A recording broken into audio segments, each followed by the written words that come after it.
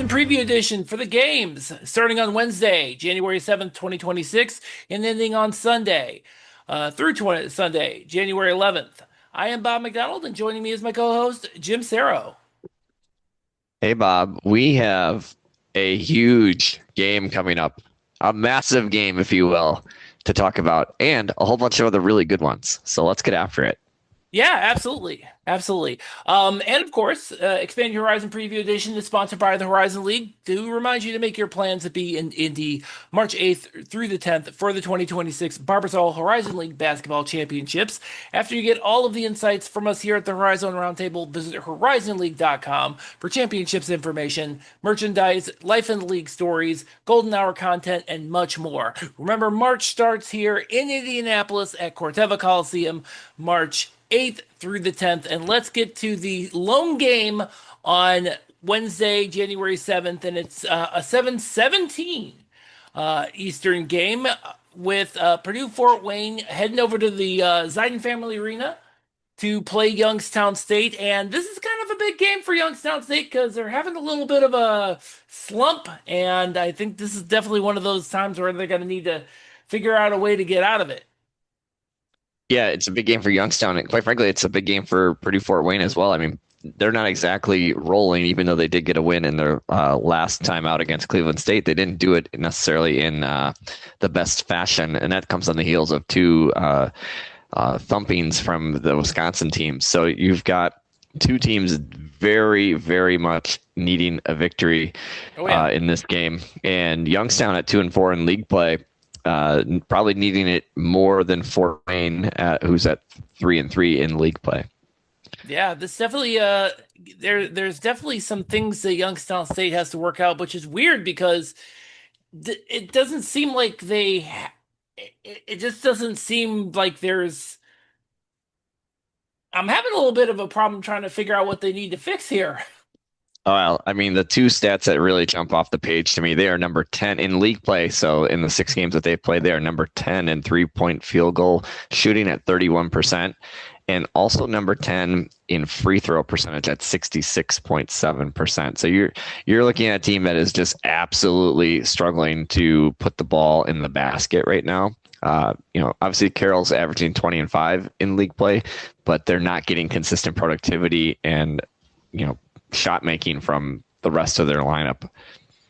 All right. Well, let's get into the Friday games on January 9th. We have three 7 p.m. Eastern games. Let's start with the one I'm sure you're particularly interested in. It's IU Indy and Green Bay, and we're getting into the hey, didn't you guys play each other already games? And yes, they already did. Green Bay actually already won the game in Indy in December. Now this is the return game in Wisconsin, and Green Bay's riding pretty high and beating Milwaukee and definitely looking pretty good doing it. So to be sure, IUND's got its work cut out for him. It came very close to getting its first win, but against a very good Wright State team, but just came up short. And I feel like Green Bay's got a little bit of the momentum going here, and I don't know what IUND can do in order to kind of right the ship here at this point. It's not looking good. Yeah, Green Bay coming off a huge win against their rival, against Milwaukee on Monday night. This game, again, it's fascinating in that number one tempo in the league and the country versus Green Bay, number 349 in tempo in the country and last in the Horizon League. So you have two teams that want to play completely different. Coach Gottlieb in his post-game press conference alluded to, making sure they have plenty of press break plays ready to go because IU Indy and the way that they're full court pressing and looking to deny entry passes, like you got to be ready to go and be able to avoid turning the ball over. Green Bay struggled a little bit in their first meeting, and that's going to be a key to the game. For Green Bay, though, this game is really just about like, all right, you go on the road and you get a big win. You play at home against your rival and get a big win. Are you mature enough as a team to say, all right, yes, an 0-6 team is coming into your building and you've already beaten them. Are you mature enough to do what needs to be done to take them down for the second time? And Yeah. Green Bay has some experienced players, but at the end of the day, that's what we need to see from the Phoenix in this one. And conversely, for IU Indy, when you see them, they've been close. They just had Wright State on the ropes. I mean, I thought for sure they were going to get that one, and then they didn't. But they are Yeah. just absolutely scuffling. They are basically the bottom team defensively and like field goal percentage defense, and they're not very good at defending the three. They don't shoot. They don't score very well. They don't shoot the ball very well themselves. Like anything they have going is really just through effort and through their pressure defense. And so Green Bay has got to handle that if they want to be Oh mature yeah. enough to get a third Exactly. league win in a row. Absolutely. All right, well, let's move on to the second 7 p.m. Eastern game. Cleveland State is heading to the arena to play Oakland. Oakland is riding high, and Cleveland State, I guess they play. I guess Cleveland State's biggest problem is holding on to double-digit leads, because we've already seen them do it, lose double-digit leads twice, one against Milwaukee and one most recently against Purdue Fort Wayne. And Oakland is just really good, especially up front. I don't know who's gonna. I mean, eh, I don't know if it's gonna be Dayanessa or Josiah Harris who's gonna be going up against Buru and Isaac Garrett. Foul trouble is going to be a big issue. Foul trouble was a big issue against Purdue Fort Wayne with Cleveland State. I don't know if this is gonna be a really tough assignment for them against Oakland too. Yeah, it's so like for Cleveland State, this is a good matchup in terms of at least pace. These are two teams that are going to play fast. Oakland has allowed the second most points per game in the league. They're allowing 82.6 points per game in league play. Cleveland State wants to get up and down. Cleveland State, though, is such a shooting oddity because they are number 11 in field goal percentage overall, so bottom of the Yeah, league at 42%. But they're number two in 3-point field goal percentage at 38.5%. And almost in league play, over half of their shots have been from three. So I guess in boxing they say you have a puncher's chance. For Cleveland State, this game is about having a shooter's chance. yeah. Because otherwise, to your greater point, Oakland has the big guys. Isaac Garrett is just absolutely rolling. Got Player of the Week last week after a monster week. He's at Oh yeah. averaging 18 and 8. If you let those guys get rolling and you're not knocking down your threes, you're going to be in a world of hurt if you're Cleveland State. Oh, absolutely. Absolutely. All right, so let's go and move on to the third 7 p.m. Eastern game, and it's going to be Wright State. They're going to Callahan Hall to play Detroit Mercy. Detroit Mercy had a shot against Robert Morris, but they came up just short, and uh, Wright State has also kind of been rolling. But mostly that's been in the cozy confines of the Nutter Center. This is going to be a road test for them, and it's probably going to be a road test that um, is definitely going to be one up front because we're seeing a lot more. Because we are seeing a lot more, especially up front for Detroit Mercy, and on the Wright State side. The question now will become, will we see Michael Cooper this week? We did not see him all last week. It did kind of make, I would say it kind of made a difference against IU Indy, but for the rest of their wins, not so much. But it would be good to have a guy like Michael Cooper, who's such an impact, such an impact on offense, to be back for this particular game. I mean, they handled losing their best player about as well as you could. I mean, yes, they didn't look great against IU Indy, but they did, win the game. And you did see the emergence in league play of TJ Birch. He's averaging like 14 points per game. And so, they've always been getting some contribution from Callahan and Woods and a couple other guys, but they handled losing what has been their best player very well. And in this game, the defensive metrics don't really like Detroit for the season because they had a tough non-conference, but in just straight up points per game allowed in league play, these are two of the better teams. Wright Yeah, State's the fewest points per game allowed. Detroit is the third fewest points per game allowed. And then you kind of pair that with surprisingly, we talked about Detroit, like couldn't hit, water, couldn't throw a rock into the ocean from three in non-conference, but they're actually the number one three-point shooting team percentage-wise at I know, 43.5% make in it the. make sense, man. Yeah, it is the horizon jinx. We talk about something and then the opposite will happen so that we can look as Seems stupid as like it, possible yeah. about. But Yes, exactly. so it's kind of a very interesting, game. And then you Detroit is really good at defending the three, Hmm. and that has been a surprisingly, good right state because we talked about leading into the season, even starting like who's going to make threes, and they were shooting fairly well from three overall. So this is kind of a fascinating matchup, and the fact that it's at Detroit. Yeah, Not that that makes it a rough environment or anything, but it's still a road game.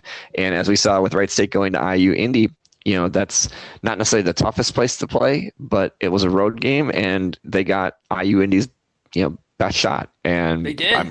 I'm sure Detroit's going to be throwing some haymakers too. Absolutely. All right, well, let's move on to the 8 p.m. Eastern game, and that's going to be Northern Kentucky. They are going to be playing Milwaukee, and Milwaukee's kind of smarting after that loss against Green Bay, where they actually erased the 21-point lead, but yet still came up short. Northern Kentucky, on the other hand, has been doing really well. I guess the big thing is going to be this is going to be a test for Northern Kentucky on the road because a lot of Northern Kentucky's wins have been in the cozy confines of Truist Arena. So this is going to be a big road test for them. It's a good road test for them. It will be interesting to see for Milwaukee getting back home. So the last time we saw them at home was against Purdue Fort Wayne, and they came out and just jammed their Yeah. will right down Fort Wayne's throat. And they played a great game, blew them out of the water. I mean, won by a Hmm. billion. I know they only won by 22, but I mean they were winning in control basically from 6 minutes into the game. And then conversely, they go on the road and play a mid-pack team currently in Green Bay and the top team in Wright State, and just absolutely no show the first half of both those games before playing phenomenal second half basketball. So whatever Coach Lundy is saying to these guys at halftime, whatever adjustments he's making are clearly Hmm. working. Oh But yeah. for whatever reason, the guys aren't getting the message at the tip of the game. And so getting back home, knowing that they just played well, they're going to need it against Northern Kentucky, who's just kind of good at everything. Like, they score a lot. They're shooting the ball, very well. They're mid-pack rebounding team. If that's probably a place that, if healthy and going, maybe Milwaukee can exploit them because Milwaukee's such a good rebounding team. Sure. But it's really fascinating this game, and it'll be interesting to watch. And then also a little like, I know a lot of Milwaukee fans have this feeling about when guys come back home to the Hmm. state of Wisconsin, they show out against Milwaukee and have kind of done that in the past. John Lovelace, when he was at Youngstown, I think had a pretty good game there. Donovan Ivory at Southern Mississippi had like the game of his career in the UWM Panther Arena. So I just know it's like a little bit of an undertone. And so you have Goresger, you have LJ Wells coming home to Wisconsin. It'll be kind of interesting to see if they're able to lock those guys down, because those guys are going to want to do well with a bunch of Oh friends yeah. and family in the building. Absolutely. And now health is going to be is still a big issue with Milwaukee. Still have no Stevie Elam. We're not sure. We don't have a timetable on when he's back. And you have Faison Fields, who was out for the Green Bay game. So that's going to factor into this as well, I think. Yeah, I mean, Milwaukee doesn't have a lot of room for error, and a little bit of a factor for them in the Green Bay game is like Josh Dixon, as an example, wasn't having a great defensive game. He had a really nice offensive game, but not necessarily a great defensive game.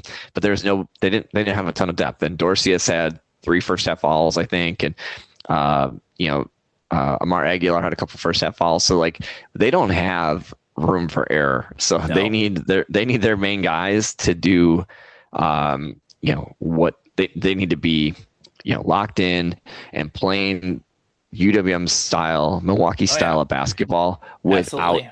following. But the challenging thing that they're running into, and it's kind of like we talked a little bit about for them, they were not great at defending the 3-point shot in the non-conference. I felt like they got lit up a whole bunch defending the three.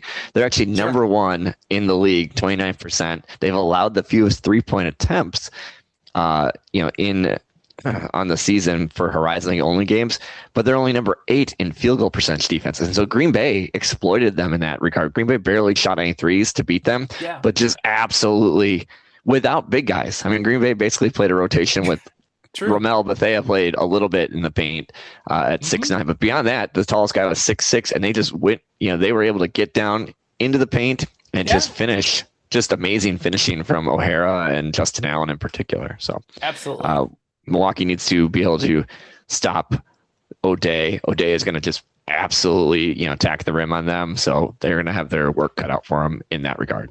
Absolutely. All right, before we get to the Saturday game and Sunday games, I'm sorry. 2 weeks in a row I did this. It's a Sunday. Nobody's playing on Saturday. But you definitely still want to make, regardless, you want to make your plans to be in Indy March 8th through the 10th for the 2026 Barbasol Horizon League Basketball Championships. After you get all those insights from us here at the Horizon Roundtable, visit horizonleague.com for championships information, merchandise, life in the league stories, Golden Hour content, and much more. Remember, March starts here in Indianapolis at Corteva Coliseum, March 8th through the 10th. All right, so on Before Sunday, we go, hey Bob, before we get to Sunday, for the Horizon League tournament, go on the website. Tickets are not available for sale yet. However, you can put your name on their list. They will send you the information when they become available. I just did it myself today, and I encourage any fan who's even remotely considering going to Indianapolis. Number one, it is awesome. It is it's so much fun to be there and watch Horizon League hoops and have the up close access. And number one, I tell you that. Number two, watching basketball during the day or in the evening and skipping work. I mean, it's like being a little kid skipping school, going to a doctor's appointment. It's awesome. So get there, be there, put your name on that list.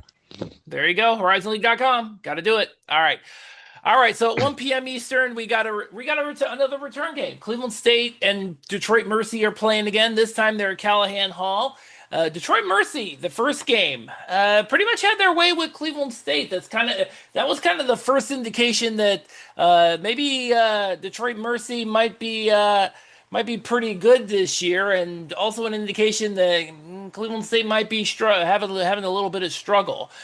And I don't see that changing all that much. Now, the other thing too, and this is right before. So again, I think the big problem that Cleveland State is going to have is the defense, where Detroit Mercy has been very good on the defensive end. Cleveland State obviously has not been good defensively, and even in the first game, even though had struggles, Detroit Mercy from beyond the arc, they only shot 29%. Cleveland State didn't do any better. They shot 30%. They shot 30% from beyond the arc and they were held to 31% total field goal percentage. So it's going to be one of those things where Cleveland State is going to have to they're going to have to figure out a way to score, and they're going to have to figure out a way to defend what Detroit Mercy is going to throw at them. And and they better really hope TJ Nadeau doesn't get hot again, because he absolutely did in Cleveland. Yeah, the only thing that slowed TJ Nadeau down in Cleveland was fouls. It certainly wasn't Cleveland State.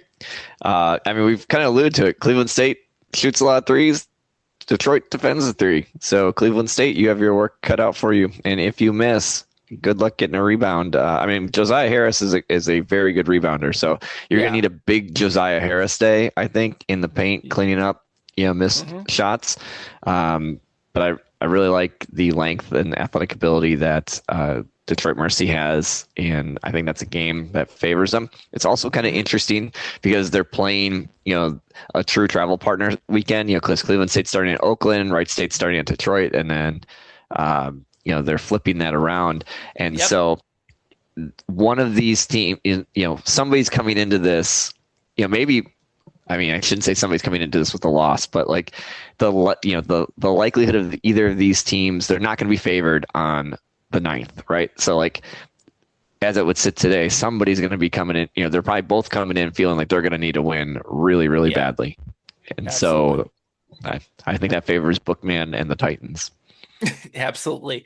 All right, well, let's move to the 2 p.m. Eastern game, and it is going to be Purdue Fort Wayne. They're heading to they're going to be playing Robert Morris, and again, I think this is definitely going to be one of those games where both teams are looking to win. I think this is a very evenly matched contest. However, Robert Morris definitely has the advantage on the up front.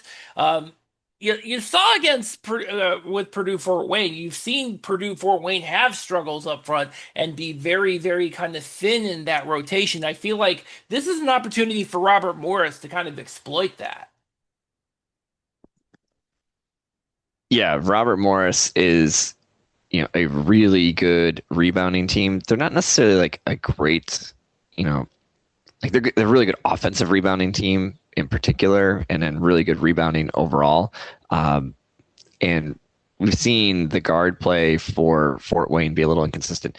The interesting thing is the opportunity that I see for anybody playing Robert Morris right now is that Robert Morris has attempted in conference play 50 less free throws than their opponents, and on top of that, their opponents are hitting 79% on their free throws. So they're fouling a lot more than they're getting fouled, and they're fouling the wrong people. And so if you look at their 3-3, but they actually have a negative scoring margin in league play. So like they're not playing that great of basketball. And yet that opportunity as it exists to maybe get to the line and get some easy points and maybe get a victory against Robert Morris. For Fort Wayne, they're the worst free throw shooting team in the league. So like the one place where you'd say, hey, here's an opportunity, here's a loophole, here's a hack, if you will. They're not, maybe set up to exploit that. So they're already not necessarily going to be a great rebounding team. And then there's an opportunity to get to the free throw line against Robert Morris, and they're not necessarily good at that. So this is going to be a tough road for Fort Wayne as they're making their Eastern trip. I don't know if they're going to stay because the games are the 7th and the 11th, but they're out to Youngstown and then out to Robert Morris, and they've got their work cut out for them when they're scuffling a little bit. Mm-hmm. All right. Well, we're now at the next 2 p.m. Eastern game. Northern Kentucky finishes the Wisconsin trip, and they're heading to Green Bay. And this is actually, again, I feel this is also a pretty evenly matched game. Now, Green Bay is going to have to contend with Northern Kentucky's defense, which is definitely a unique situation and definitely something defensively. Dealing with defenses, Green Bay has had to contend with that and has had some struggles with that. So that is going to be a big thing for Green Bay to contend with, too, especially. It helps that they have they'll have the hometown crowd in front of them. But yeah, Northern Kentucky is definitely coming in to definitely make some noise here. Not just in this game, but throughout the entire Wisconsin trip. Big opportunity for Northern Kentucky. I mean, historically, teams come to Wisconsin and a split is like your best case scenario. So we'll see how they do coming home, or excuse me, coming on the road to Wisconsin with a couple of players coming home is what I meant to say. Where I think is interesting, talk about Northern Kentucky's defense. Green Bay is the number 2 field goal percentage team in the league, 50% on the season. And so they've been able to operate. Like, I actually think Green Bay is a sneaky, like if you look at some of the other stats, they don't get a lot of assists.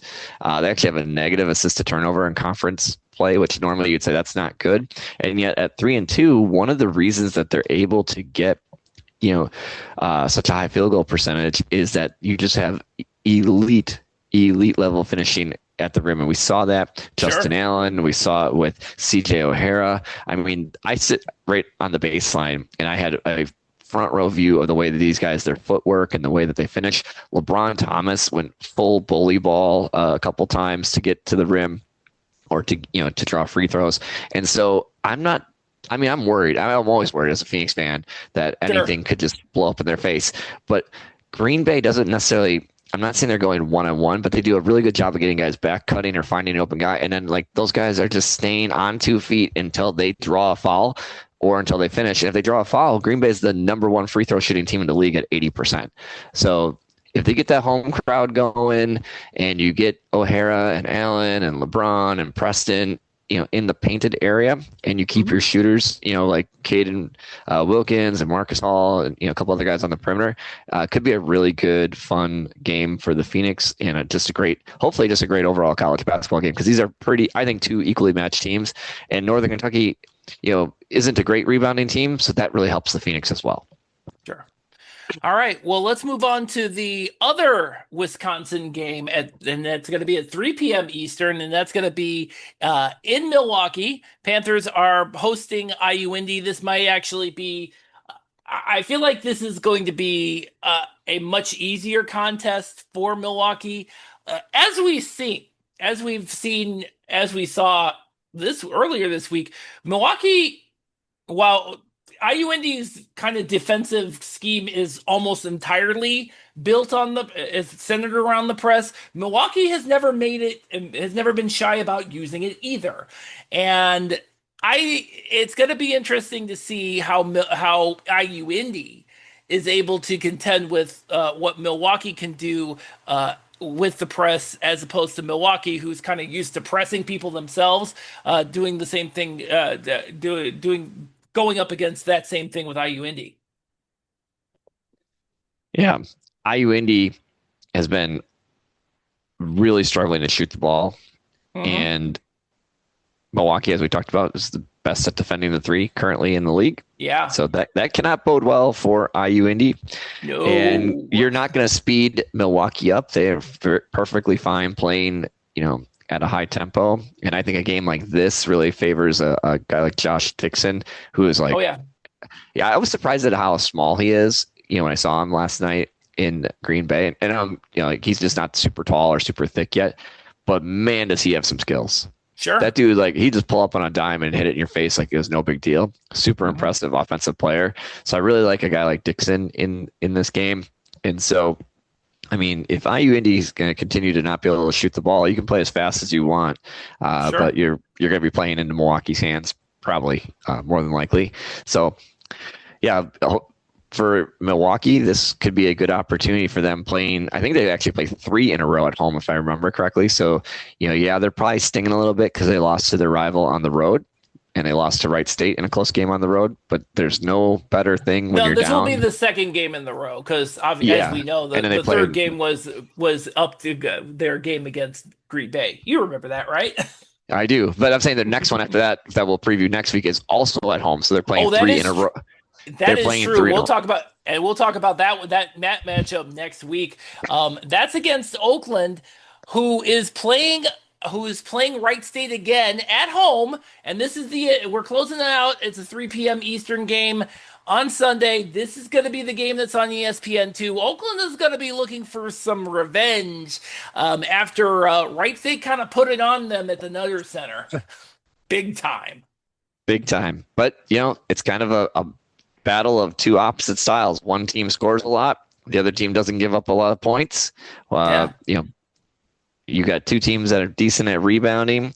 It's interesting for Wright State, number 1 in the league in both steals and blocks, which I actually was kind of surprised by that. I mean, not that I'm surprised that they're doing that necessarily, but they weren't they're not a great rebounding team, but they had enough athleticism to get 6 blocks a game and lead the league. So this will be a really good battle. Obviously, if you think of Oakland, you've got the inside presence, but Wright State, is going to have Michael Amargbe, who's averaging 16 points per game in league play. Yeah. So this is going to be. That's why I said there's one massive game to talk about, and you save the best for last. And if both teams hold form on Friday, this is going to be a treat for Horizon League fans, and since it's going to be on ESPN2 for the entire country, hopefully to enjoy.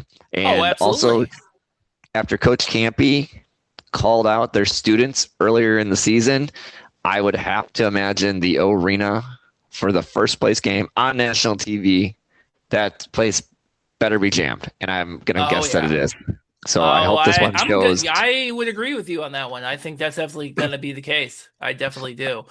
I really hope this one shows great on TV, because it would be a really great opportunity for the Horizon League to get a little cachet and some swagger. It would be fun. Absolutely.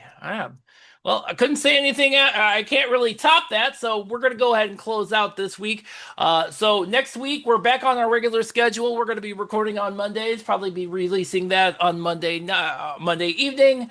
We'll be able to finally do that for the remainder of the season. So be on the lookout for that every Monday evening. Until then, you can go to horizonroundtable.com. You can pull up all the episodes for both this podcast and our regular podcast, as well as all of our articles. So tune in next week. Until then, thank you all for listening.